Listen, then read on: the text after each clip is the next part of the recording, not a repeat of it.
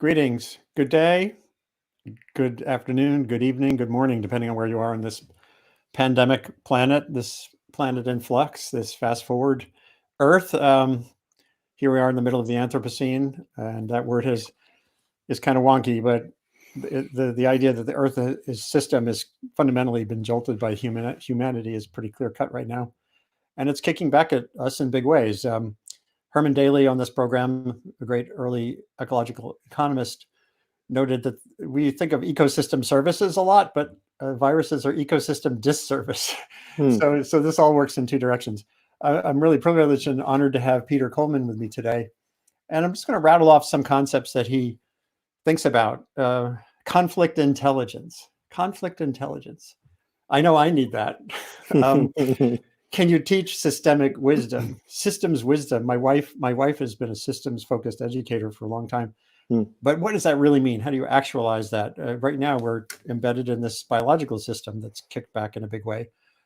Is there a science to untangling difficult conversations? I think the first time I got familiar with Peter's work was not directly by meeting him. It was through folks at the Solutions Journalism Network, one of whom, Amanda Ripley, wrote an article for journalists on how do you complicate the narrative? Like storylines are always kind of clean and neat. The only way to get a front page story in the New York Times is to have definitive, hard-edged sentences, and complexity is there. But how do you do that in a journalistic way? And I saw that they had gone to the Difficult Conversations Laboratory, which Peter ran. And this is just before I started at Columbia. So Peter Coleman, the big question, of course, in your arena is, can we fix America? Is it broken? Can we fix it? So we're going to start to explore these things. I'm Andy Revkin, and I'm trying to build an initiative on communication and sustainability at Columbia at the Earth Institute. And the idea is, how do you make information matter in a noisy world where it's not just disinformation getting in the way of progress? Sometimes it's just too much information. So that's not just a storyteller challenge. It's a story receiver challenge. How do we do that? So Peter, what's your top line thought when you think about the headlines these days, week to week, day to day, related to coronavirus and the pandemic? Well, first, Andy, thank you for having me on this. It's great to have an opportunity to chat about these issues. And I'll say that I am struggling with allergies right now, so that's part of my. And I found out this week that me and my family have the antibodies for COVID, so we actually went through this process and are, better. But this isn't COVID. This is, spring allergies. So, again, what I see in this time is both more of the same, right? I see this extraordinary event happening to each of us personally, and then it scales out to the kind of global dynamic and the economic consequences. So I see this extraordinary event happening. And in the U.S., we've principally seen, the sort of early weaponization of the virus and how to respond to the virus, and the polarization of our nation, particularly our leadership, sort of leveraging that as an opportunity to further polarize. And so, in some ways, what the extraordinary event of the pandemic has done is it's highlighted some of the existing fissures and fragilities of our society, and one of them, or chief among them, is really our sort of political polarization. So, the immediate response again is kind of bad news, because it really shows how, when you have these kinds of structures of polarization, I see it as a structural problem. Then when there is a need to respond to crises and urgent matters, we really are handcuffed and crippled by that sort of challenge. But there are scenarios that I've been studying for years where these kinds of shocks, and I would suggest that the pandemic itself is one shock, but that we're really in the midst of kind of a sequence of shocks, and I think one of them is really the Trump administration and the president, his approach to politics, which has been an extraordinary shock to the sort of normative structures of governance and foreign affairs and policy making. So that was a shock. On top of that, we have this pandemic and the worldwide shutdown. And that, again, is a novel virus, a lot of uncertainty, a lot of anxiety. And so that is a shock in and of itself. And then we'll have the at least economic consequences of the shutdown and, all of these small businesses that are likely to go out of business and what that will mean for our economy and then ultimately our lives. So we're in the midst of these several kind of waves, like we've had sort of 3 tsunamis after one another. And what... Just to interrupt you briefly, Yeah. The other factor, maybe you were going to get to this, is these slow waves in the background, climate, the automation of labor, the shock that happened to industrial workers is now spreading into white collar workers. So those are those background forcings at the same time. Absolutely. I think you're absolutely right. I think the drama of Trump and the drama of the pandemic is something that really gets human attention. And that's one of the challenges with climate change. The extreme weather events get attention. Climate change is a harder thing to explain to people.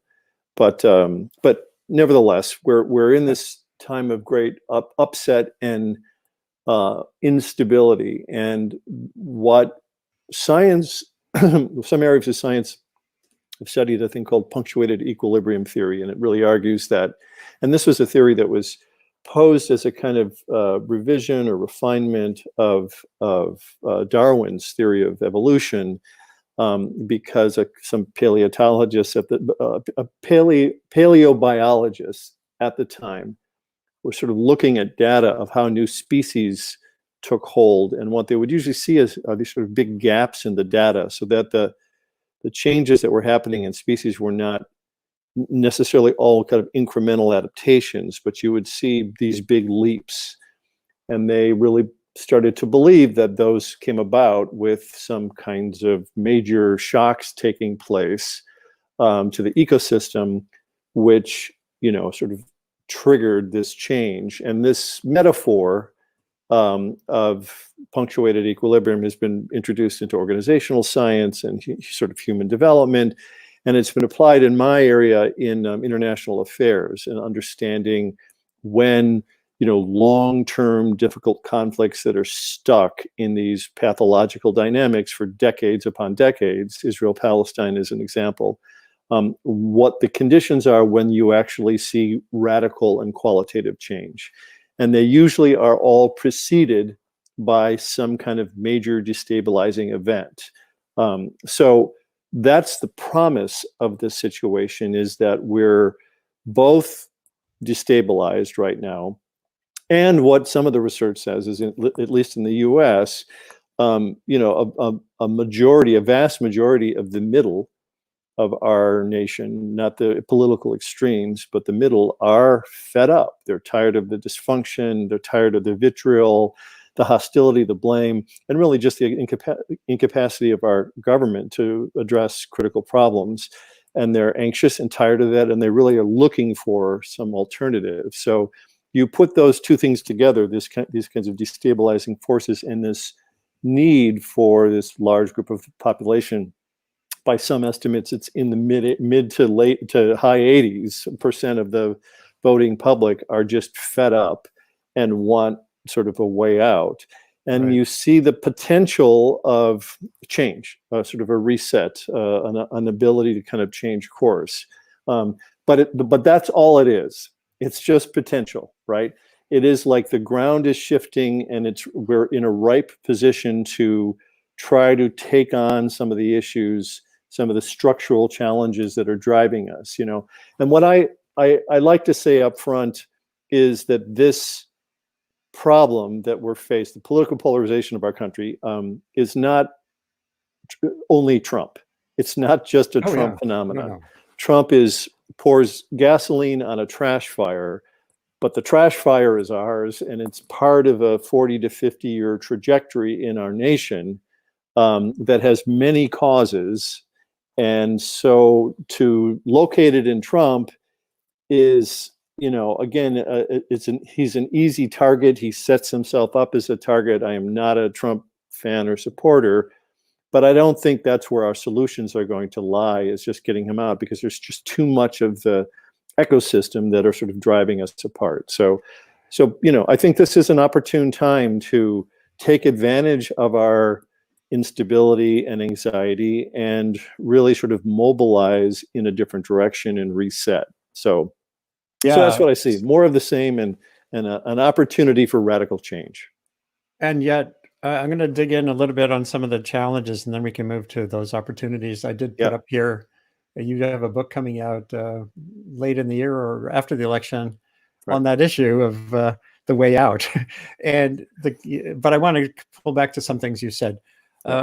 On this program recently, we had Jay Rosen at NYU, who's a media analyst and critic.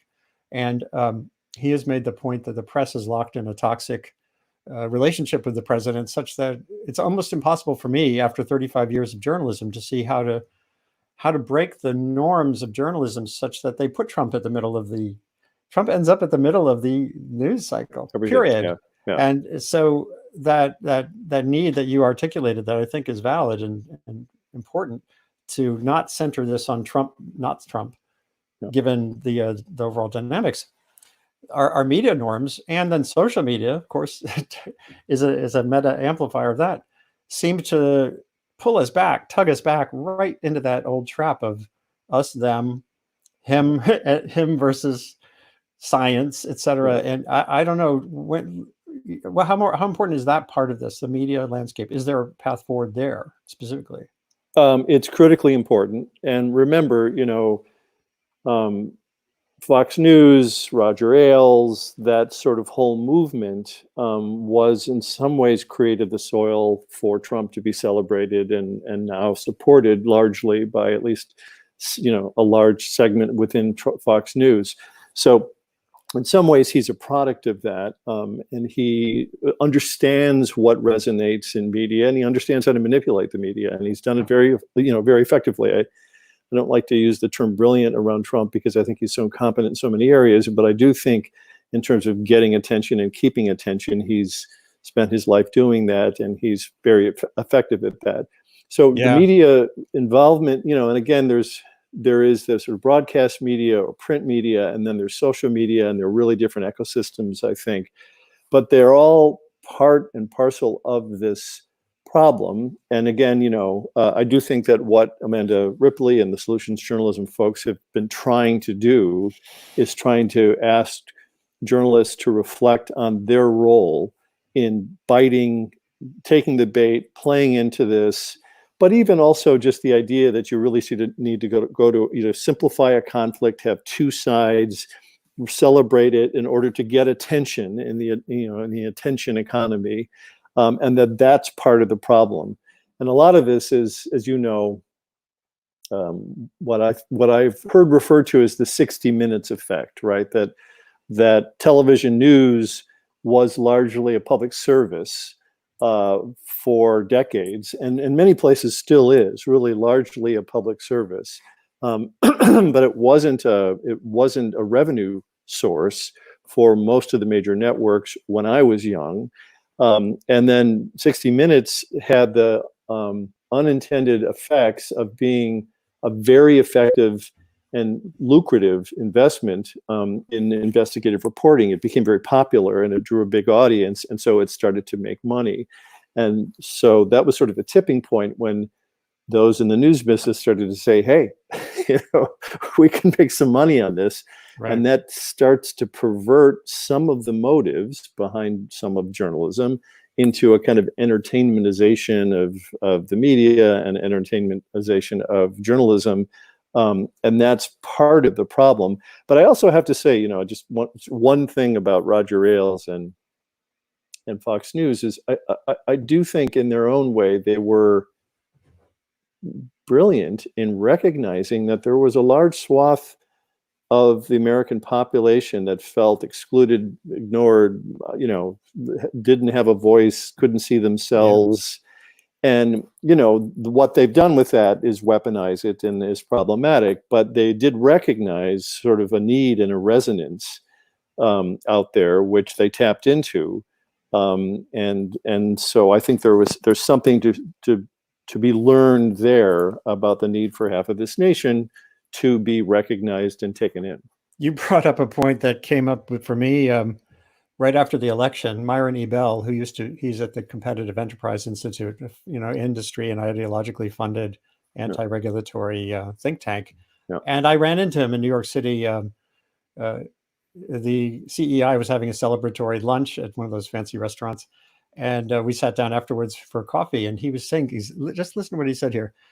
And I never actually put this in a story, but Myron Ebell, who capped 2 decades of Cooler Heads Coalition work, this is on climate specifically, he ended up helping running the Trump transition at the EPA. He alluded in this conversation we had at a coffee shop to how the overall dynamic works in an interview. This was last January. That was January of that year, the inauguration moment. He said, "It's been said to me that you guys got lucky because Trump as a candidate adopted a lot of positions that you agree with, and you got lucky that he won the election." He said, "But the way I look at it is we at CEI and a few hundred other people at other groups and around the country have spent decades making the case against global warming, alarmism, blah, blah, blah.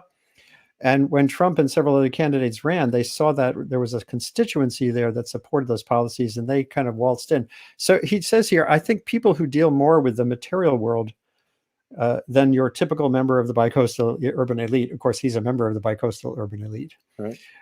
People who make stuff, who gut stuff, who grow stuff for a living, have a different view of weather and climate than people who look down at their screens and are told what to believe. So he sort of said they built the cultural safe spot for that chunk of America that, this was through the period when Fox and Ailes were working too, to sort of enable, to create the culture that then said, "Yay, Trump." It wasn't like they're marketing Trump. That's an interesting phenomenon. And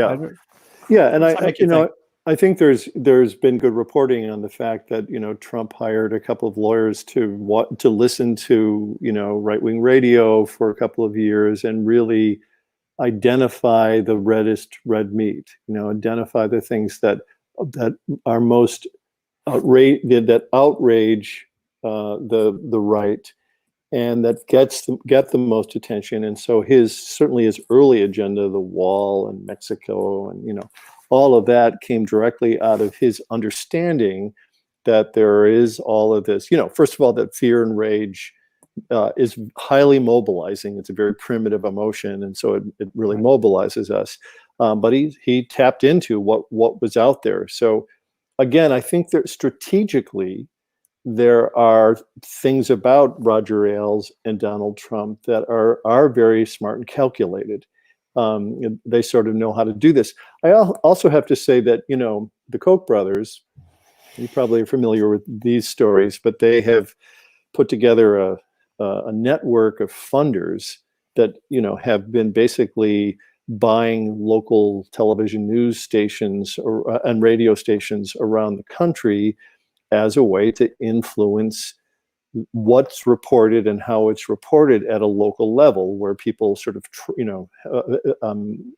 a lot of trust in their local news reporters. And they've really been, in a long-term strategic way, been shaping certainly the anti-climate change, pro-fossil fuel agenda by shaping meaning and shaping what is supposed to be news, but is actually either entertainmentization or propaganda, right? Yeah. So, there's an intelligence to how they do that. And I think the left or progressives on these issues are less effective at understanding those kinds of strategies and mobilizing those kinds of strategies. Yeah, there was a fellow over in England, I think his name is Morton, who in 2010 wrote a column, a big report when he was at World Wildlife Fund, on just this issue that the left hasn't figured out how to do what the marketing world calls sort of cultural marketing. You're not selling the car. Yeah. You're selling the The vibe brand, yeah, that wants the right, car. yeah, And that's, part of that, I think, is a function of the variegated landscape, even on the left. It's yeah, hard to find that center. We're going to talk in a couple of minutes to some young scholars who are digging in on this question of, can you build an economics for the Anthropocene, whatever you want to call this yeah, moment, yeah, that focuses fully on valuing the components of society that now have been revealed to be so essential. yeah, The not just the pulmonologist at the hospital, but the orderly and yeah, the janitor keeping yeah, things sterile. And right now we don't have that economy at all. yeah. So let's bring in some of those questions, and then I think Scott Knowles, who's a historian of disaster, is also going to pop in and say hi in a Great, little bit. great. And I'm going to start with a couple questions that there's this E4. I'll show you. It's Economics for the Anthropocene is sort of a working group through several different universities, and I'm hoping this will spread to Columbia. It's mostly Canadian for now, and you'll hear from some of them in a couple of seconds. But there were a couple of comments that came in online too. Yeah. So regrounding the human-Earth relationship. Peter mentioned that small businesses are going out of business, but there seems to be movement the other way. In Edmonton, there's a hashtag support local is trending. I think that's way beyond Edmonton. I'm just going to run through a couple more and we can talk. Whoops. Let's see. Where I live, small restaurants have so much business they sell out within an hour of posting their menu for the next day. Same with the local gift and consumer shops. Is there, when you look at the sort of local landscape, Peter, there's a lot of cooperative gap filling that I've seen.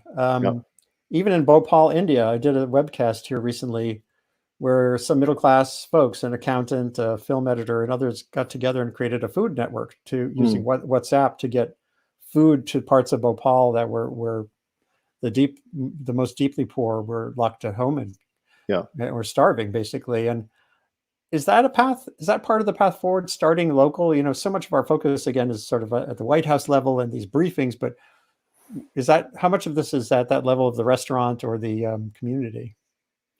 Yeah, no, absolutely. I think it is. I mean, I know, I'm sure that my view on this is skewed because I live in New York City and we're still on shutdown after months of this. And I walk down or ride my bike down Broadway and see that, most of these places that I grew up, hanging out in are still closed, and many of them won't come back. I mean, it's hell to run a small restaurant in New York City. I can't remember the statistics, but it's ridiculous. It's like nine out of 10 don't make it within 2 years or something ridiculous like that. So it's a hard landscape to survive in anyway, and this is just devastating. So that's definitely affects my view of small businesses and the challenges they face. But yeah, you're right that there are oftentimes these creative responses at the margins about how do you what do you do? I mean, I was walking yesterday and there was I think it was like a salon, but they had basically bought a lot of PPE, personal protective equipment, and they had tables out front selling PPE. So it was like, okay, what do people need? They can't come in to get a haircut. Let's do this. So yeah, there are definitely adaptive people and groups that are responding to this in ways that I think they'll be able to take advantage of. But I mean, what at least most economists that I've listened to seem to suggest is that this is going to be an upset unlike anything we've witnessed, certainly since the Depression. And to survive in a small business, if you're particularly in a restaurant, you have such small margins, you need to make enough money, and to go back and have 50% of your population, of your clients not be able to come in, you can't make it. You can't survive. So yes, there'll be adaptive responses, but I think that the effects of this are clearly going to be long term. Yeah, so I want to get some of the our visitors who are in the virtual green room up here. Great. Scott Knowles will be with us soon. I want to introduce you to Katie Kish, who has been on this broadcast a couple of times now. We did one with Herman Daly and with Kate Rayworth, who's an economist in England, who's also looking at models of economics that can fit on a finite planet. Yeah. And Katie, let's see if your audio is okay. Are you? Hi there. Yeah. So you're at McGill, right? I work at McGill, but I live in Kitchener-Waterloo, which is by Toronto. Okay, and we've been talking again about the economics for the Anthropocene. I think it's e4a-net.org. I'll post that in a minute. So what comes to mind as you're listening to this conversation? And do you have a question or thought for Peter? Yeah, I mean, so a lot of the research that I've done and a couple other people that we may see later has always been around these conversations of what we have framed as wicked tensions. And that's just, difficult conversations that don't seem to have a real true answer. And so my research and my work is in production and on making. And Andy sent us an article that you had written saying that the world might become a better place because of COVID. And I don't know, pro-socially, it seems to be declining now. There was a lot of people who came out to support community, but that seems to be less, less visible now. And that might just be because I'm in Canada and our curve is flattening. It's getting pretty low. It's going up a little bit more in Ontario now as we open some more things, but you don't see as much of that pro-social behavior anymore. And I'm not sure that the depression and the anxiety of all of this happening for, maybe 2 years can overcome that as well. So as, there's just the length of time if that pro-social motivation can continue. And then also, because my work is also based in biophysical limits to growth, I think environmentally, we saw emissions drop by something like 17 or 19% already, which is huge. And it's like what we need to do for the future. But now that China is opening up again, their emissions are already ramping back up. So when this all started, we all in our program saw this as an opportunity for change, but that opportunity seems to be slipping through our fingers precisely because we haven't figured out what you were sort of calling it, like cultural marketing, or what was mentioned here as cultural marketing. Mm-hmm. And so I don't know what else could be done. What else could be done? How can we keep these social support systems? How do we keep convincing people that putting the effort into growing their own food and supporting local short food chains is better than supporting much larger food chains, when larger food chains are what are helping a lot of moms get through times like this? Moms are looking at ultra processed foods as a quick way to keep their kids fed while they work.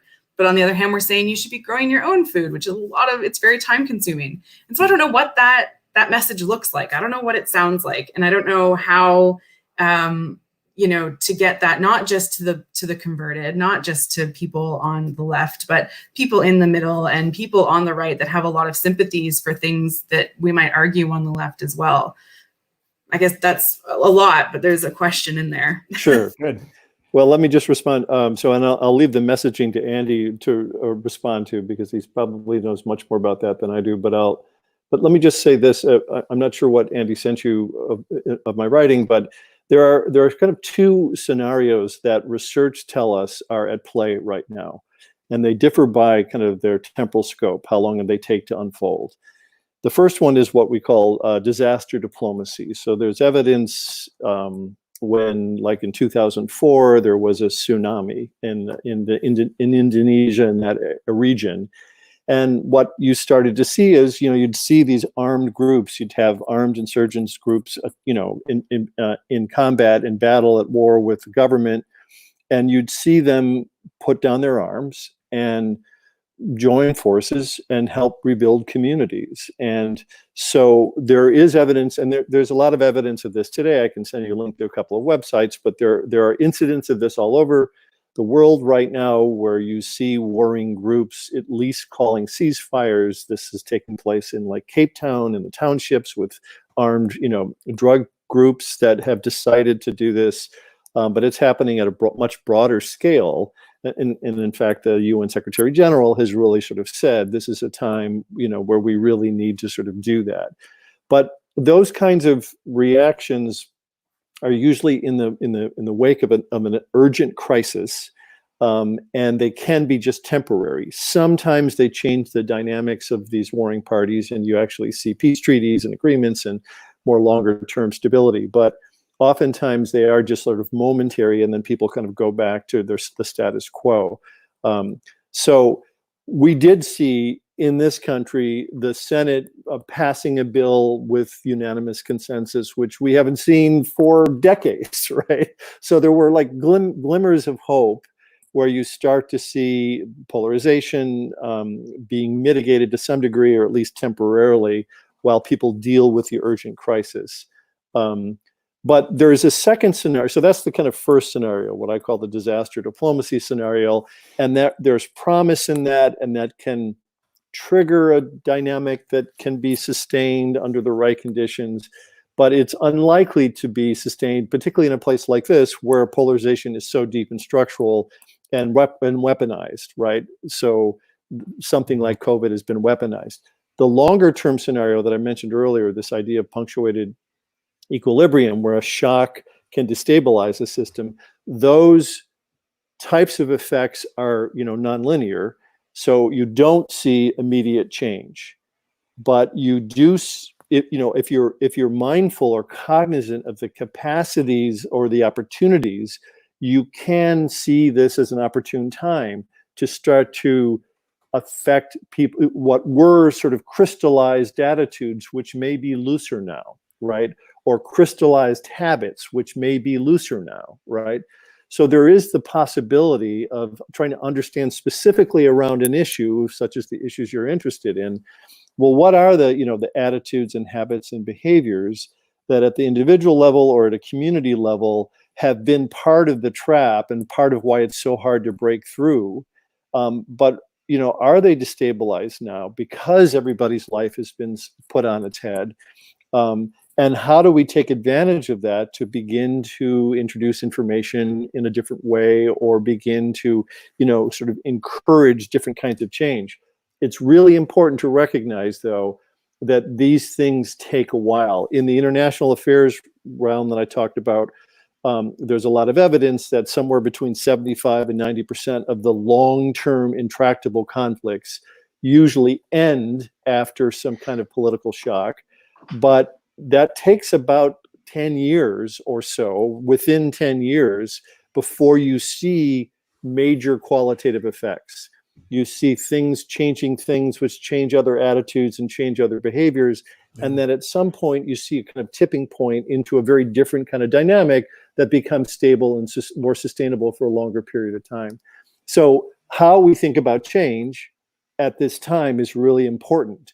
And I agree with you that certainly what I hear in the media now is a lot of disillusionment. Here was an opportunity, it's a crisis, and we could have come together, and we started to, and now it's falling apart, and we're back to where we were. Well, that may be true, but as I said, the extent of these crises that we're experiencing are ongoing, and they are destabilizing for all of us, from personal ways to the kind of macro structural ways.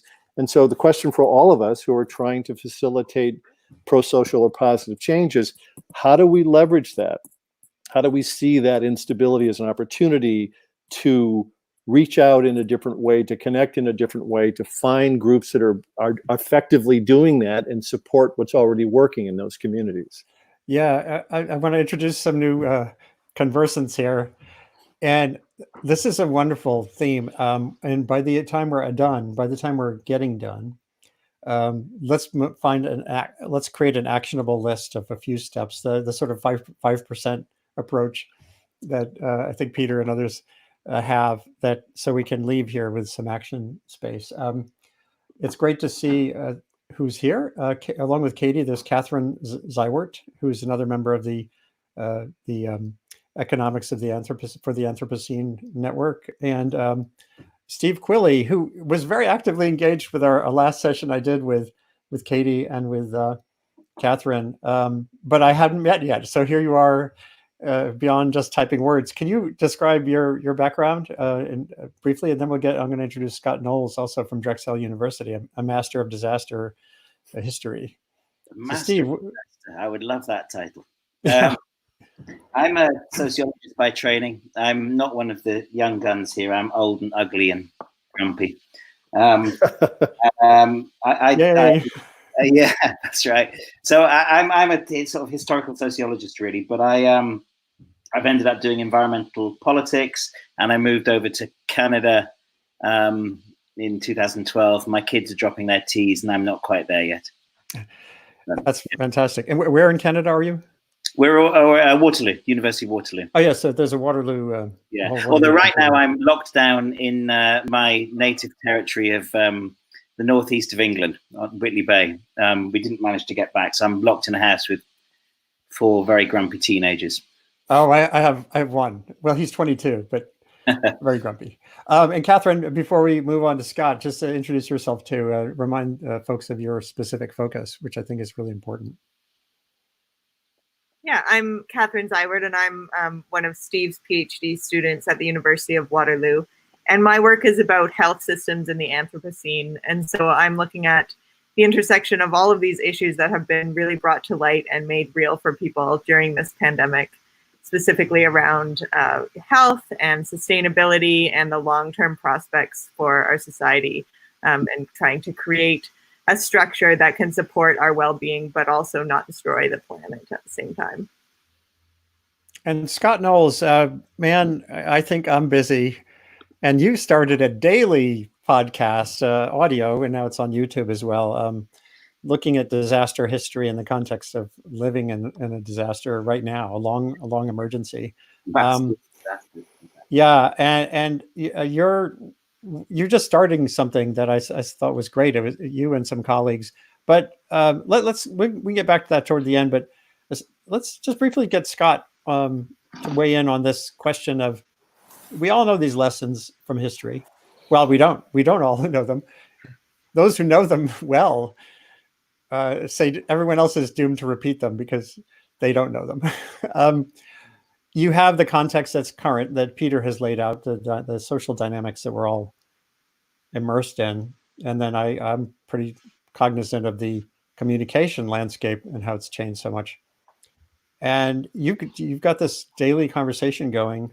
When you think about Peter's notion that amid complexity, amid intractable difference, you can get cooperation on something, what comes to mind as a driving force here for you?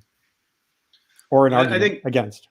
Sure. Well, first of all, thank you for looping me into this fascinating group of folks. I appreciate the conversation, and I think Peter's right on. The point that I keep coming back to with this, which was really first put in my head by my colleague at Drexel University, Franco Montalto, was that when people left the COP meeting in 2019, that was a grim moment. I mean, you basically had Australia, Brazil, and the United States saying, climate change as a science problem, we don't believe the science. Climate change is a collective action problem, dead on arrival, forget it. And that was a really grim moment, I think. And then 60 days later, we find ourselves in a situation where hundreds of millions of people around the world are sustaining a collective action of disrupting their daily lives. Yeah. And I should say with the caveat, those who could do so without losing their jobs. So we also have to attend to the fact that there are others who didn't have the luxury to participate in that collective action. But even those people undertook individual actions, not just to help themselves or their families, but to take care of people they will never meet. I think that's an extraordinary thing that we should really be focusing a lot of attention on right now. And as a historian, I'm interested in this context, both in the kinds of things that we can say prospectively, what are sociologists, anthropologists, economists, what are they saying about the kind of abstract lessons that we can learn here? But I think thinking historically, we also want to understand that context really matters, right? So that this pro-social behavior has been different in different settings. And so that matters, particularly when there are people who, because of racism or socioeconomic struggles, are not able to be fully embraced in that. But I still think it's worth noting. And the other thing I would note that's really been fascinating to me is that, in the United States, imagine the tableau. You have the president of the United States standing here, and you have a scientist standing next to him. And it's kind of extraordinary, the difference between the perspectives of the two and the things that the two were saying, like right next to each other, until Trump decided that Tableau was no good and he kind of got rid of it. And most Americans, most headlines led with Trump, but most Americans followed Fauci. And even in states where public opinion is very supportive of the president, people's actions are still speaking loudly. So I think we have to really take stock of that and see what we can do with that. Historically speaking, I would just throw in, there are a couple models to think with. I mean, the 1918 pandemic is an obvious one that we should be really scrutinizing right now for lessons, not only lessons learned, but lessons we can implement. And because that was a compound disaster, which was interlaced with World War I, it's very hard. I don't think we should try to disentangle the two. They are connected. So the ability to communicate about what was happening, press suppression, military suppression, even President Wilson, who had the influenza, his own suppression of information, that matters. But still, there was distancing and there was sheltering in place that was a matter of state policy and also a matter of personal policy and personal attitudes at that time. Now, that's 100 years ago. That's a valuable lesson to work with and to think with. So I'll stop there, but those are some of the things that have been on my mind and that have come up in these COVID calls that we've been doing every day. Yeah. So I want to bounce to Peter for a couple of reflections, and then Steve and Catherine, would be great to have you weigh in on the general principles, and then we'll get to some concrete steps. So Peter, how does this play for you? I don't think I've met Scott before, but I appreciate your reflections and they resonate with me. I wanted to, can I share my screen quickly? Is it possible? It's actually, that's one thing I think I can't do, but if you send me a link, if you put a link into the chat box, the group chat, the private chat, then I can post it and show it. Okay. Or just tell me what it is if it's a public. Well, it was a graph that I wanted to show you, which is relevant to the flu epidemic. And I'll let's see, what can I send you? So there's a private chat there. Just if it's easy to find on Google, I can Google it while you're talking. Here, I'll give it to you. Sorry to confuse things. So in the private chat, I can put the image. Oh no, it would be a link if it's a link. Is it on a website? It's not on a website. It's on some documents. Let me just explain it. There's good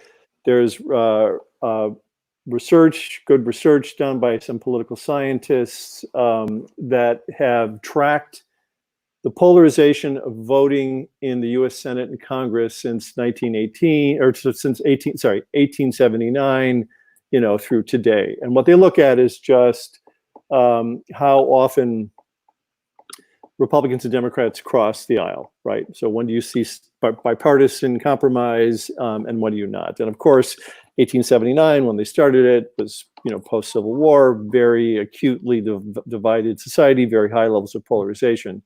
And then you see in this thing, which is visually kind of compelling, that in around 1924, you see a precipitous drop in polarization or an increase in bipartisanship that happens in both the House and the Congress that actually is maintained for several decades. And what's interesting about that from the punctuated equilibrium theory perspective is that, well, you'd think, well, what happened in 1924 that suddenly people started to work together in unprecedented ways? And again, that's about 10 years before the onset of the World War I and the compounded flu pandemic of 1918. And then in 1924, you start to see this coming together of our leaders to solve problems in interesting ways. So again, exactly how you get from the kinds of shocks of World War I and the pandemic to the kinds of compromise processes that were happening in DC, it's not linear. This didn't cause that. But what did happen were these major destabilizing forces, compound forces, that promoted a variety of changes that led to more constructive problem solving in our government for decades to follow. So that's just, again, an illustration of how these things work. And unfortunately, the way they think about punctuated equilibrium is sort of like how they think about electroshock therapy. Electroshock therapy is, you put in intense levels of electricity into the brain, and I think 70% of the time see improvement in, for example, intractable depression, but they don't really know why. They know that it kind of destabilizes the synapses and it opens and closes things, but they're not sure exactly how to get from A to B. They just know that a large segment of the time it can have positive effects. Yeah. And that's true about today. So I'd love Scott. I know Scott will want to jump on that, but I'd like to get Catherine and Steve to respond first. Maybe Catherine and then Steve. And it seems to be a challenge to think about that polarization versus cooperation in the context of some other things you wrote, like this one, where this dynamic, the pandemic dynamic, can lead to all the things that can put Trump in office for another 4 years. Yeah, but, well, they can both be true, but I'll. I'm sure. Yeah. Complex systems. So, Catherine, we were talking about the care economy a lot a week or so ago, and but thinking about what you've just been hearing, what's your sense of your key reaction or question or thought?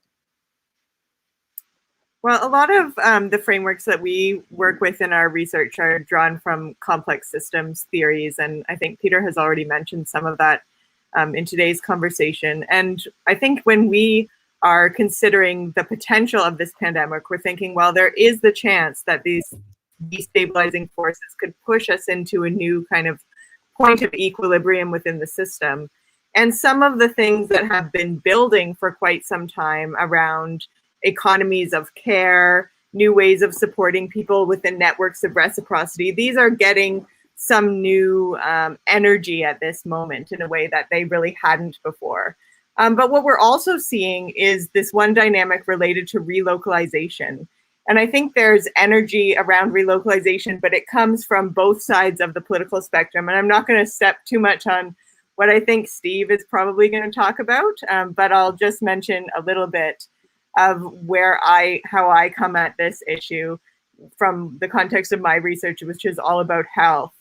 And we are thinking about the future in a kind of post-growth scenario where the local scale will probably be, the economy will be centered much more locally. And so there are all of these points of intersection for sustainability that come out of the left and the right.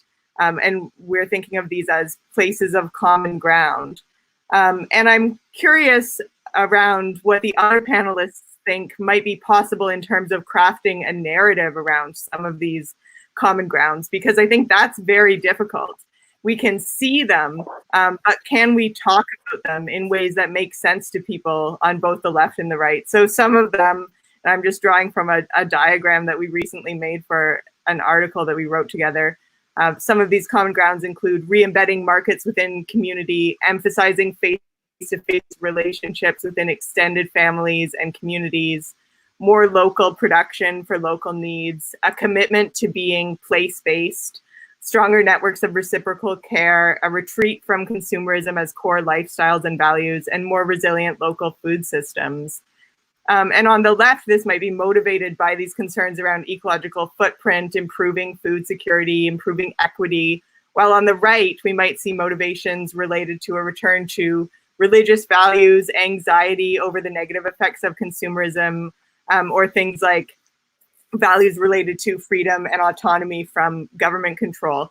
But they do come together to create this potential overlap within the space of relocalized economies. But like I said, how can we talk about this? How can we create a narrative around it that could help to mobilize some change and perhaps use this destabilizing force towards some of these shifts that could be positive for health and sustainability over the long term?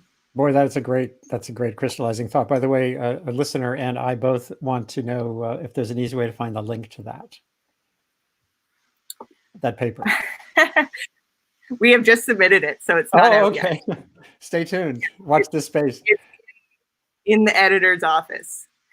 So Steve, you've been patient, and over in the UK, it's getting on towards supper time. So, what does this all bring to mind? We could do. By the way, we should do a whole nother one of these. Yeah, it's very interesting, and thank you very much for getting on. You know, your job is done when you're a PhD supervisor and your students are basically think you're as predictable as your wife does. But it's probably true. I would sound a slightly, not a sour note, a slightly contrary note, because that's what I do. When even on this panel where we're all very concerned about bipartisan or polarization, we're still taking it as read in the language that, you know, Trump is bad and our side are good. It's just a question of how to win over the people on the other side. And I think we should remember that the left and liberals have weaponized everything just as much as the right has. So if I know people in rural Ontario who are, some of them are absolutely full-on Trump supporters, and I know people here on the sort of conservative end of the spectrum who would say pretty much similar things, that the mainstream media, the BBC, the Green Party have absolutely leapt on this crisis in the way they've leapt on every crisis to further the Brexit, to see if we get a delay to Brexit or to rejoin the European Union in this case, or in America to kind of get on Trump's case. So, like, if one person's playing that game, then there are two sides playing the game. The other example. The other language, the other term that I sometimes use to get at this is Dan McCarthy and I call it omnibusing, which is that issues get lumped together, strings of issues which kind of have a natural or apparently have a natural affinity, and then we don't recognize when we're running them together. So when we think we're talking about climate change and we're talking to someone maybe on the rural, the right in America, we're actually having a conversation about abortion and pro-choice. We haven't even mentioned that, but that's what they're hearing. And when they're talking about pro-choice and abortion, we're hearing something about climate change. And Ali Hochschild's book, Strangers in Their Own Land, is absolutely a wonderful kind of examination of that kind of paradox. And I think actually people on the left are much, much less aware of how that works. Now, I listened to Steve Bannon the other day on, he's got a podcast called War Room, and he was doing something with an alt-right group called Red Scare. And I put it on, and I was quite amazed because in Europe, the right, since Alain de Benoit at the end of the 1960s, have all read Gramsci. But I didn't realize that Gramsci had made it onto the American right. But Bannon is an incredibly sophisticated operator. He's clearly read Gramsci, and what he was doing was a classic. It was the Modern Prince, Machiavelli, and this idea that culture is kind of upstream of politics. And what he proposed in that, you should listen to it. He proposed a universal basic income. He said it's a no-brainer, $2,300 a month. He also said it should be attached to what essentially is a positive interest rate, that you have to spend it by the end of the month, otherwise you lose the money. And he also talked about universal healthcare as Medicare as an absolute no-brainer. This pandemic now makes it that. So in the space of 2 months, suddenly he's seen an opportunity for Donald Trump to do something which is just to rip up what large sections of his constituency take for granted about the kind of the Republican positions on these things, and to create a new regime. And what he's doing is he's looking at the landscape, he's seeing where the high ground is emerging, and he's occupying the high ground. He's putting his tanks onto the high ground before the left have even noticed what's going on. He's kind of stealing bits of their clothes, and they haven't even registered it. And I think that shows a much greater sophistication. He recognizes that in some ways the left doesn't exist, right? And what I mean by that, and what I think he would mean, is that you talked about the Koch brothers as Andy, as a it was Peter, as this taking over local media and all that. And the Koch brothers have become a kind of a cause célèbre on the left. Everything corporate capitalists take over the media, neocon bad boys. But if you actually draw a Venn diagram of what the Koch brothers believe in and are motivated by, they got no problem with the lesbian and gay stuff or the trans stuff. absolutely no problem with that at all. What they want is free movement of labor. They got no problem with migration and open borders, free movement of labor and capital. So it's bizarre when people on the left use neoliberal as a term of abuse for Bannon. You could think of lots of terms of abuse for Steve Bannon and Donald Trump, but neoliberal isn't one of them, because they are, you know, aggressive, nationalist, mercantilist. They're not neoliberals. And the paradox is that all the things that Katie and Catherine are interested in terms of pro-social behavior and localism, there is far more on the right. So I think of journals like The Imaginative Conservative or Front Porch Republic or Bill Kaufman, or the one I've used. I'll put it on a, if I post these, because I've had arguments with my dean off the record, basically you have to understand that this is my personal point of view. This does not represent anything to do with my academic work, and not a single piece of the thinking which went into this paper was on the public purse, and in every other respect I'm completely liberal. But anyway, so there's the link. Wow.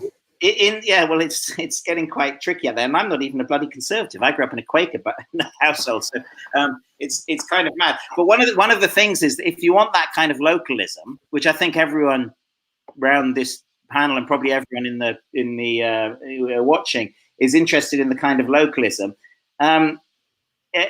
it's the neoliberal project on the left and the right which is most opposed to that. The relationship with China, cheap goods and, you know, open society, open economy, was pioneered by Clinton and Blair and the Bushes and the Koch Foundation, and it has nothing to do with any kind of localism. And in fact, you can't have it. The biggest opportunity here is the most dangerous. The biggest opportunity is that Trump will double down on Chinese Communist Party assets, provoke a massive great trade war, order by hook or by crook American corporations to come home as a kind of, you know, as an electoral gambit, if nothing else, and that the world becomes suddenly much smaller, and those extended supply chains start narrowing, and people are at that point. Then, you know, you've got on the one hand the possibility of thermonuclear war and the invasion of Taiwan, and God, you wouldn't want to be in Hong Kong. But on the other hand, you have the prospect for a great deal more localism. So I think I like Peter's use of the yeah, I didn't write that. Well, I wanted to show you something. Well, you said you like Peter's use of what something, and I'm going to show you. Yeah, something. No, I like the use of the it's punctuated equilibrium. Equilibrium, and I think we are in one of those moments, and the difficulty with those moments is that they're not amenable to kind of rational steering. You're always so the best you can do is to keep very, very open and not assume too much about who your allies are. And I think the biggest mistake that I mean, you can see the left doing it already. They think they're ahead in the polls with Joe Biden in America, and they're coming back slightly under Keir Starmer in the UK. But they're in danger of being backed into a square which says globalist, pro-China, pro-globalization, go back to the way it was. And if they fall into that trap, there's no one who will be happier than Stephen K. Bannon. And I think he's kind of playing them for a bunch of fools at the moment. It's sad. Well, you're right. I've seen what's his name? Bill Maher had an episode too with Bannon that both really showed this power he has to see the zeitgeist, build a campaign around it, and completely leave progressives. Could I say one more thing? Just by way of Scott Knowles has to leave in a second. So if we could just get some from Scott, and then Peter. You know, you can say one more thing, Steve Quigley. All I was going to say is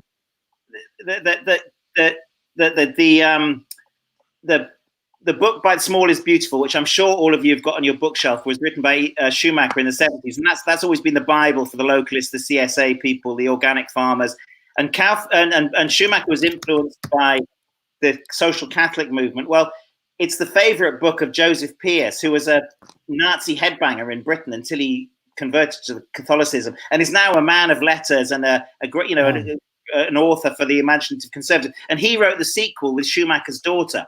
So I think what's his name again? The guy is Joseph Pierce, who wrote the sequel. I think it's Small is Beautiful, As If Families Matter, I think is the subtitle. I'm taking notes. But you know, so I think that the danger is that we're not going to be able to have those conversations because we're getting policed from our own side. I think the conservatives are quite open to it. Some strands of conservatives are quite open to it. We are in dreadful danger of locking ourselves into a corner because our own side are policing what's kind of some idea of, you know, moral pollution, that we're, you know, the spoon isn't long enough. Wow. So Scott, a brief word before you get off. What's on your 5 p.m. podcast, and then we're going to spend some time with Peter Coleman, who for whom I built this session. This is fantastic, and I think can lead to some actionable ideas. Scott, what's your go away thought? Well, a lot of interesting things were just said. Will restrain myself not to react. Although I would say to Steve's point that it seems like Bannon is no longer in the good graces of Trump, or I guess he's no longer the last one that Trump talks to before he goes to the podium, because doubling down on the outsider narrative seems to be where Trump wants to go into this campaign. It's just that, unfortunately for him, he's now painted several, not just other countries, but several states within the United States also as outsiders. And that's going to be problematic for him electorally. I guess just quickly today, I'm talking to Zulfikar Amir, who is a historian and sociologist and filmmaker who is in Singapore, and he's originally from Indonesia. So we're going to talk about COVID-19 in Singapore and Indonesia, and also about how to connect that COVID-19 to Fukushima, because he made a film called Healing Fukushima, and thinking about COVID-19 and its invisibility and the stigma that's attached to it, and how that might connect to post-radiation concerns in Fukushima and the sort of broader economic issues, which are still very lively in Japan. So those are going to be the things we'll talk about today. But some of these issues you've raised today are always running through as streams in the COVID calls. I mean, people are constantly trying to figure out if this moment portends better times or worse times. And we don't usually get a chance as social scientists to study a disaster right on through the middle of it. They tend to be much more event driven. And then we come in after and say, well, here are the lessons and here's the data we can scrape together. This one is ongoing and will be for a while. So I have to go teach about Lewis and Clark now. So good luck, everyone. I'll talk to you later. Oh, teaching. Thank you again, Scott. Okay. Thank you. Peter, that's a lot to chew on. Although it's so resonant with a lot of your thinking, as is even, I'm just going to show one more time for those who didn't see it earlier. There's this piece by, ostensibly by Steve Quilley, although he's just disowned it. But no, I'm just kidding. And then you wrote this piece in Politico, saying how this dynamic right now could lead to an outcome that some people foresee as not being the outcome. So, but so much to say, and the floor is yours, Peter. Well, yeah. So I'll just quickly on the article that you showed that. So what I was arguing in that Politico piece is that there's a theory in social psychology which has a ton of evidence behind it, 30 years of good empirical research, and it's also one of the more interesting theories, I think, in my field, and has the coolest name. It's called terror management theory, and it's based on the work of Ernest Becker, and it argues that humans are, as animals, as far as we know, the only ones that want to live but are aware of the fact that we're going to die, and that reality is terrifying. And that a lot of what we do in our life and in our culture is do things to kind of buffer that anxiety, to manage it.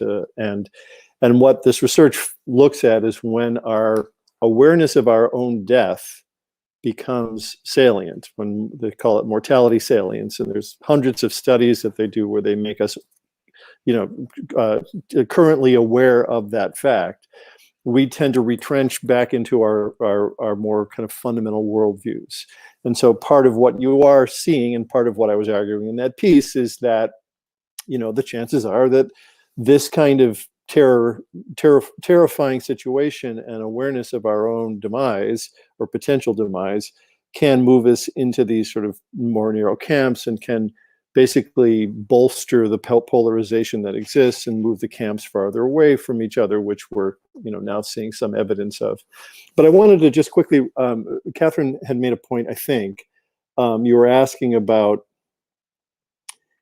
this common ground, how to take advantage of these opportunities where you see common ground.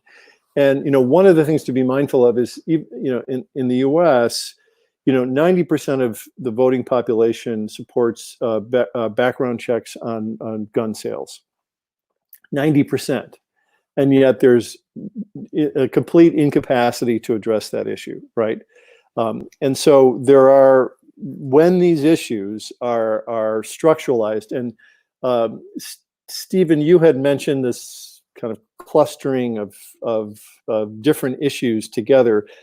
Pew Research has a measure that they do called the ideological consistency measure. And what they do is they measure the top 10 more divisive issues in a nation. And what they track over time is whether the left and the right, or Republicans and Democrats, view those issues independently, or whether they start to cluster. And right now we're in camp clusters, basically tribal clusters. So people's views of those issues are highly correlated within camp. And so there's a lot of that happening right now. So just, Catherine, to go back to your, I guess, question about what do you do to take advantage of that common ground? I wrote a paper probably 10 years ago with a man named Richard Prashker, who's a Polish man who works for Ashoka, Ashoka is the entrepreneur, social entrepreneur group. And the paper was about how in hot conflict zones where you have highly polarized populations, what you don't want to do to build peace is to say you're going to build peace. Because you enter into the polarization, you're immediately put on one side or the other or both, and you lose your capacity to do good. And what Ashoka does as an alternative is they identify the places where there's resonance and interests of these communities, and they go in and do work, or ideally they find people that are already doing positive work, right? They find what in organizational science they call the positive deviants. Who are the people on the ground that are already making those connections and mobilizing that work in an effective way, and how can they be supported, as opposed to us kind of coming in with some half-baked idea of how to bring people together? Who's already doing that? But they do it by A, identifying who's already doing it, and B, not associating it with the polarized issue. They say, this is, it's somewhat what, some of the Scandinavian nations did in the 70s when there was an oil crisis. They didn't get into the sort of politics of oil crisis. It's like, hey, here's an opportunity to build wind turbines. Let's go. So part of this, a strategy, if you're in a context, and I think I can't remember, someone mentioned this earlier, that you have to consider the context. If you're in a highly polarized context around an issue, even if you have high consensus and common ground, it's too associated with the problem and the polarization. So you need to circumvent that, identify people that are doing it effectively, and support and encourage them. And that's one way in. That's so powerful. And it gets at this point that I've been thinking about, where with climate campaigners, maybe this is one of the problems of the left, where amid the noise around the pandemic, they seem to be very eager to say climate still matters too, as opposed to, or this is why climate and COVID are related, as opposed to what can our climate campaign, which is a global network, do for you? Or where in that morass of other stuff can you find those positive deviants of overlap? Steve, you have to unmute. Yeah, just on that, I mean, one of the things about that omnibusing is that for the left, the modern prince, when Gramsci's talking about that and Machiavelli's talking about it, it's a willingness to harshly prioritize what's really important for you, and to be willing to sacrifice things which are less important in order to get to the peak that you want to go to, which is what Bannon is doing if he's talking about basic income or universal healthcare. Suddenly healthcare, like he could do the same on gun control. And the left are very unable to do that. So the Green Party in Canada sacked a candidate because she made some pro-life kind of statement. Well, she's a Catholic, right? So you've just told all of the Catholics in Canada to piss off because you haven't prioritized between climate change or ecology, the thing you're interested in, and this other thing. And I think that came out very strongly in the not just climate, but there's been a narrative about COVID, the extent to which the virus discriminates, in inverted commas, between ethnic minorities, and quickly the weaponization of that. It must be a kind of question of race rather than it played to the gallery very well, to the people who are already in the social justice left, but to people in the middle and they were going, oh my gosh, look, like even now when we're all in this thing together, you have to kind of spoil it. And the VE Day, which ran on the same day, the Guardian and the left and the BBC were sort of sneering at VE Day. And yet I drove through West Newcastle and all of the working class communities there had the pictures with the soldiers up. And they, at the moment of togetherness and, COVID and, Churchill and all of that kind of stuff, that sort of sneering kind of put upon. And the thing I wanted to mention in relation to those examples, I'm sure, Peter, if you haven't met Adam Seligman, it sounds like you need to. Do you know Adam Seligman? He's a rabbi. He writes brilliant books. He's a rabbi and a kind of anthropologist, and he's got this hilarious practice on YouTube. I don't think he means to be funny, but he is. And he says about problem solving is instead of trying to get people to agree, like in a consensus, all you have to do is to use ritual to get them in the same room. So you don't get your Jews and your Palestinians, Israelis, Jews and Palestinians to come in and negotiate a peace settlement. You get them. The first step is just to get them in a room together having a cup of tea. And he said, and it's kind of like walking two dogs which are aggressive. Instead of facing them off and saying, like you have to like each other. If you walk them together side by side, eventually they think, oh, because I'm walking together, you must be my friend. The sort of body leads the brain kind of thing. And he does a lot of stuff he talks about getting, gay guys from San Francisco together with really kind of homophobic kind of fundamentalist Christians from West Africa or something in a room. And it's not about getting them to agree. It's just about this kind of ritual. And I think ritual is probably another way of describing the sort of mechanisms that you're talking about. Is that right, Peter? A sort of, you're muted. Hang on, I'll turn mine off. I would separate a couple of things. So I have a student that wrote this extensive paper on the power of moving together physically. So when you bring groups together, usually what we do in negotiations and mediations is we sit at a table and talk. And what they find is, there are mirror neurons that get connected as people move together or dance together or march together. And it's a reason why dance teams and combat troops can bond, right? Is that there is this sort of physiological response to moving with others. And so that's one piece, I think, of what you're saying. I think that ritual is true. It's a ritual in some ways, it is what some mediators will use. They'll bring people to Harvard University with the idea that there's a kind of normative ritualistic culture there. And so even though these are warring parties, they leverage that space as a way to bring them together to have a different kind of experience of each other. So there are different pieces of what you say that I think can be used to bridge the gap. Catherine, that takes this into your realm, which is at the community scale. Again, as we get toward, we have another 10 or 15 minutes here. It's great that you're generous with your time, everybody. Or do you have examples already where you've seen that kind of walking together part? Or we're not all dogs, but I'm a dog owner, and we all know that feeling.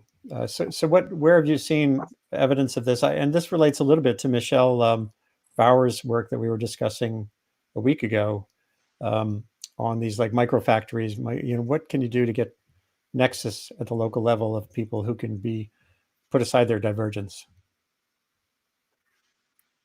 Well, the first thing that comes to mind is one of my participants in my dissertation research is a soil health educator.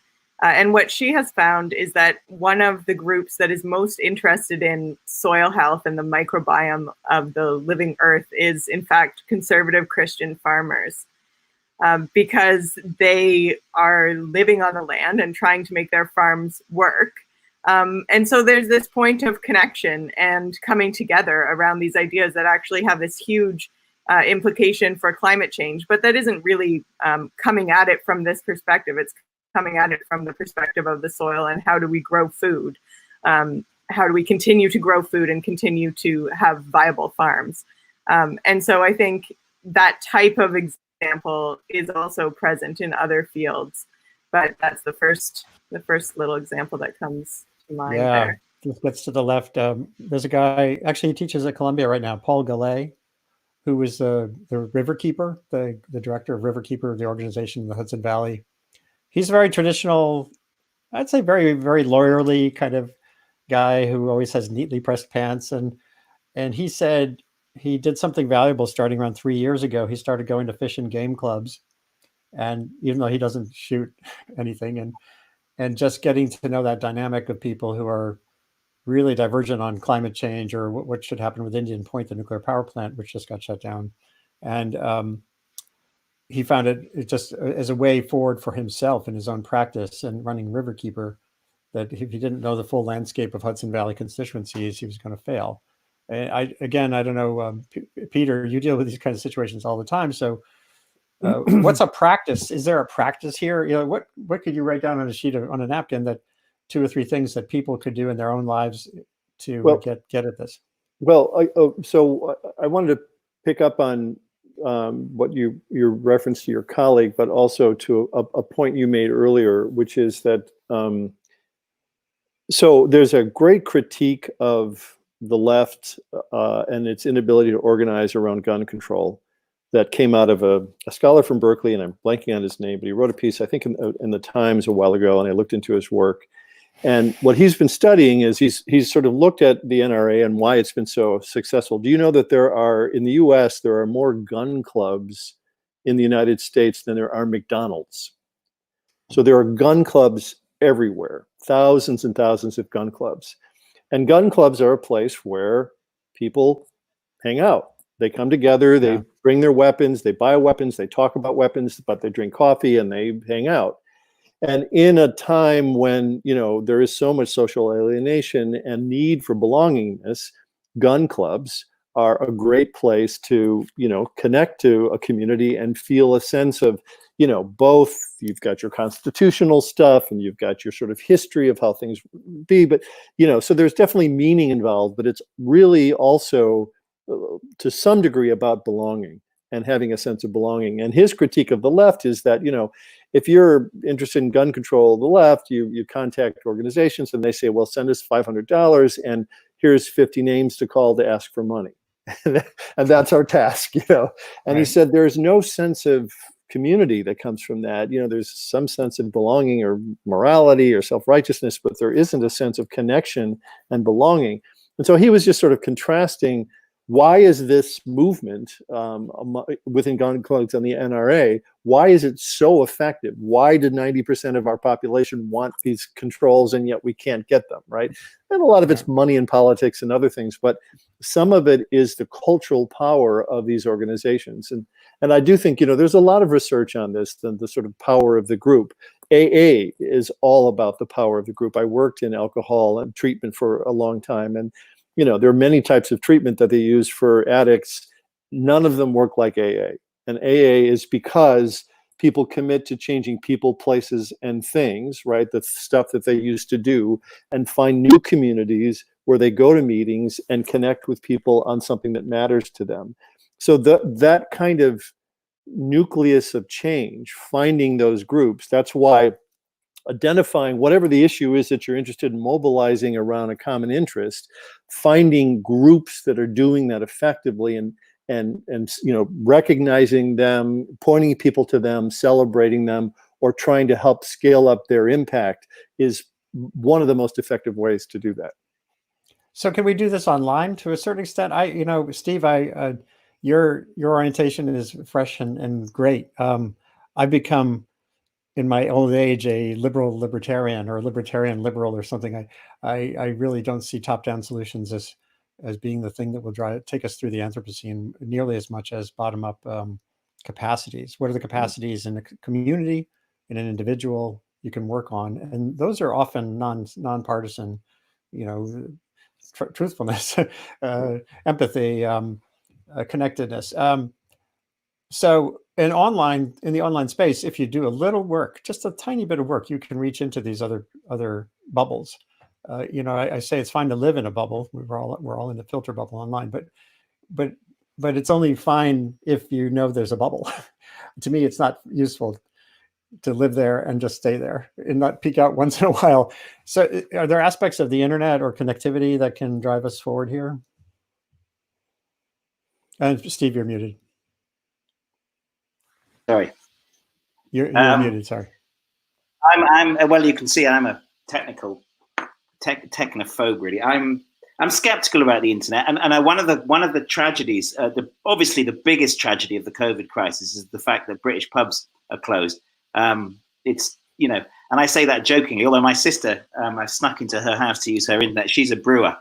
I mean, her husband and her, they've got a microbrewery, and it's catastrophic, but it's also has a relation to this because a pub, or the two different kind of pubs, a local pub where you go to for years and you just know everybody, like on Cheers in American culture or something like that.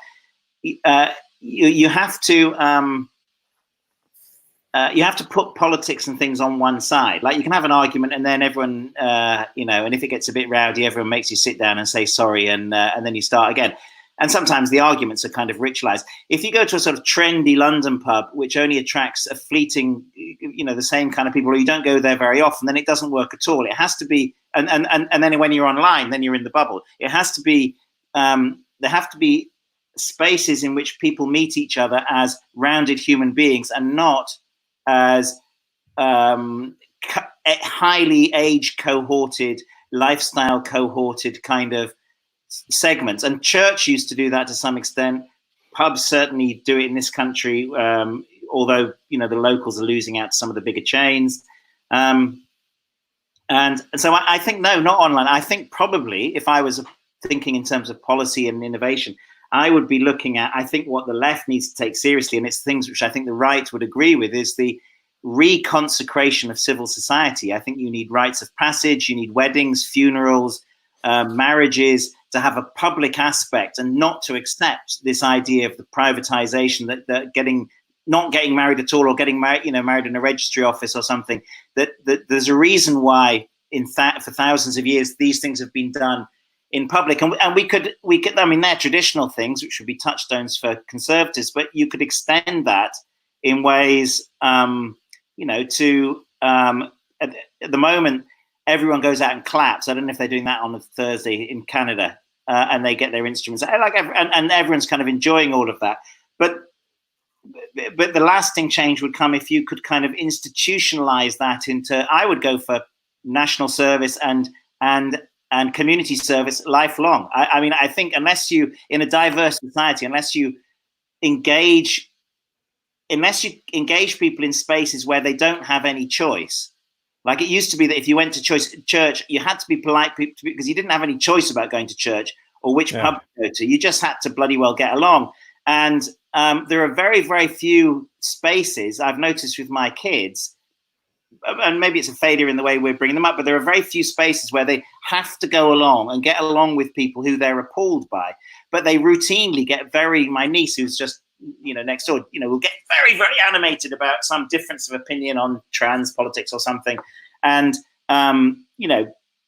vociferously angry, and yet there's never a point where she has to sit down and kind of come to an agreement to differ. And I think that's changed. And I think, well, I don't know. I think liberals are worse at that than conservatives. Liberals tend to be much more live in their heads. They're much more ideas driven, and conservatives have a kind of broader, more sort of protean, on a personal level anyway. I don't know. And of course, now we're all living in our heads more than ever. We go to the market. You don't want to live in my head. Yeah. So we're running toward we have a few more minutes. Peter, I just want to say one thing regarding your question about technology. I think one of the interesting side effects, unintended consequences of the COVID is the the rise of Zoom. Why Skype failed so miserably, I don't know, but it's interesting that Zoom has taken off. And the reason I said that is because I have a quick story, which is in 2018, in November, I was invited to a pop-up meeting in New York City on polarization on the internet. And it was one of the founders of Move On organized it, and there was one of the founders of Facebook was there, and an executive of Facebook, and Jigsaw and Google, and there were tech journalists. It was this really interesting group, and they started it by saying, they wrote up on the whiteboard, what kind of dialogue should we be having in order to promote a healthy virtual society? And so the first question I asked was, what do you mean by dialogue? And there was silence. And I said, because most people, when they say dialogue, what they mean is debate, right? That you say something and I counter it and I challenge you and we move into that. And I said, in my world of conflict, debate is one thing and dialogue is the opposite. That debate is about persuasion. It's about finding flaws in your logic. It's about moving you to my side. It's about winning the game. Dialogue is about discovery and learning. It's about me telling my stories about my life, you telling your stories about your life, and me learning things about you and myself that I didn't know beforehand. And it's a fundamentally different form of communication. And so I laid this out, and there was silence. And then one of the founders of Facebook that was there said, oh, well, if that's what dialogue is, then there's no platform on the internet that does dialogue. That all of the platforms we set up are about social comparison and competition and attack. And he said, maybe the exception of Zoom, where I have conversations with people, but the big platforms are really about competition and comparison and debate. And I found that chilling, but part of it is the business model, because it is a more addictive process. But what they were sort of saying is that there aren't these kinds of large platforms that allow people to discover and learn about themselves and others. Zoom offers that potential. How to frame it and mobilize it is a big question. But I think what's interesting in COVID is that I've spent a lot of my days on Zoom, and I don't do much of the others. That issue of platforms and the way they're designed is so profound. Tristan Harris, who I knew from more than a decade ago as an app developer, he runs the Center for Humane Technology, and he's part of what's called climateaction.tech, which is to try to figure out how to undo aspects of the internet that distract and divide. And in the context of climate, he's still trying to learn some of those lessons, Peter, that you described at that meeting in New York City, where people didn't have the right frame to begin with. And yet we're still in this deeply designed universe. I think, as you say, Zoom at least allows you to be outside of those social media contexts and have direct conversations. The question is, how do you find and link to the divergent or the truly variegated landscape? And that requires some of what I'm trying to do here. This Earth Institute initiative of communication and sustainability.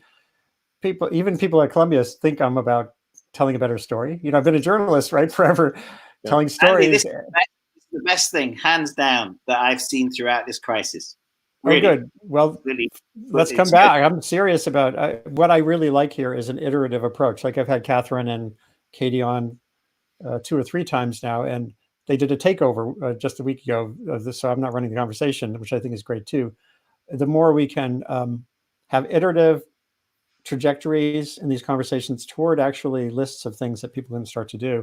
Like there's probably a new way to think about how do you advertise a Skype session so it's not just the people on your email list. I would love to hear Peter with Sheldon Solomon. And Sheldon, and this is what I want. I want Sheldon exactly those kinds of absolutely brilliant. Yeah. Where they're not debates. We have to end in a minute. Sheldon Solomon. We'll follow up on that. Because Sheldon is one of the forefathers of terror management theory. And he's the most powerful communicators you can imagine. Just look at him on YouTube. He's really just an amazing guy. Brilliant. Yeah. Good. Well, we'll that's on my to-do list. What the world needs is room. Is what I 10 years ago at the New York Times, I was doing .earth, my blog. The opinion section had what they call room for debate. It was an almost daily feature where, it's something in the news, someone got shot, right? And they bring in 5 experts. But all they did was, excuse the expression, but dogs are on my mind. Everyone pisses on the fire hydrant and it goes away. Yeah. And there's no actual outcome. There's no dialogue. No. There's no learning. And win-lose operations don't do that either. They divide and then, so anyway, room for agreement is what we need. Finding how do you build a room for agreement? A guy, David Weinberger at Harvard, I should circle back to him. He wrote a book on the internet, and his whole focus is how do you build a smart room? He says the room is smarter than everybody in it. Yeah. The internet, global connected intelligence, but then how do you harness that in ways that can cut through? So I would suggest, other than room for agreement, room for discovery. Because agreement assumes that we'll reach a point where we may not, but is in this conversation I learned today, and that's worth my time. Oh man, I love that. Room for discovery. That's very tweetable too. And Catherine, do you have a last thought? What can we do? Well, we'll talk about this. Let's do some more sessions. I'm happy to have this platform exploited. Yeah, I would have people exploit the hell out of it. The internet. One of the movements that I'm following is the mutual care movement here in Canada. And they've been very effective at coming together through online platforms and kind of work process platforms like Slack and things.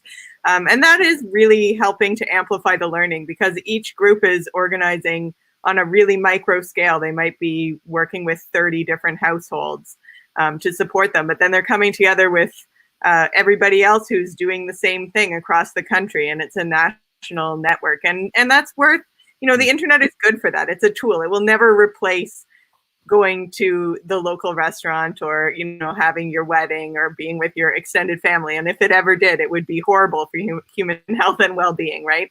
We're kind of seeing that in the pandemic, when all we have is the internet. It's not enough, but it is a tool for learning, especially for bringing the kinds of local grassroots things and helping them to work at a different kind of scale. So I think it's useful. And you and your colleagues have demonstrated. Oh, sorry. I was going to say, you and your colleagues have demonstrated this, I think, through Economics for the Anthropocene, e4a/net.org, because as we said a week or two ago, my observation is that you're building a community focused on a common frame and outcome, but with an exploratory approach, and that's breaking down the walls of discipline, the walls of individual universities. So, as Herman Daly said, Herman Daly, the founder of ecological economics, on this platform, said the universities that spawned it are now they don't have it in their curricula anymore. But the idea, you can build that discipline in a dispersed way through connectivity like this, where you may not ever even meet each other face to face, and being diverse and crossing the border and crossing the equator. So we have to call this to a close. It's 2:33 my time, and it's a wonderful, stimulating to me beginning again to this is a room for discovery. I really love that, Peter, that framing. Thank you, Steve Quilley, for joining our ruckus. Thank you very much. And to Katie and to Catherine here and the others from the E4A network who've been here before. Is tomorrow Friday?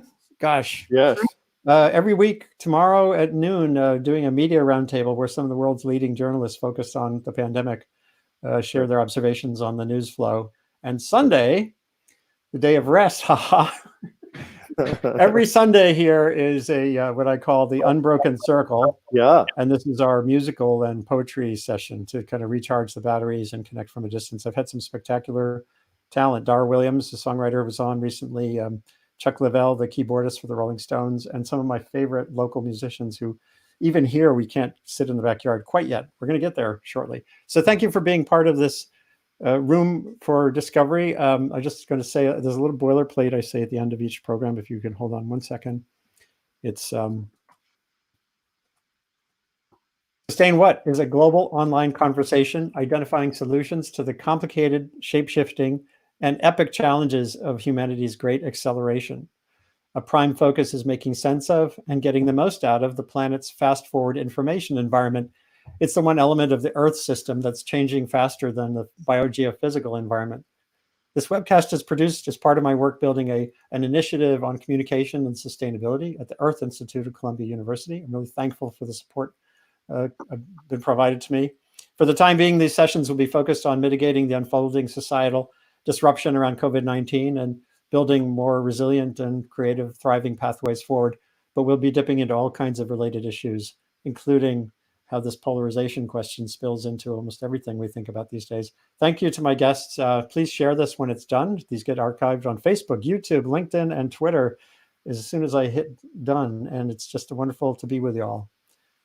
Thank you. Thank you, Andy. Thanks very much for everyone. Nice to meet and learn with you.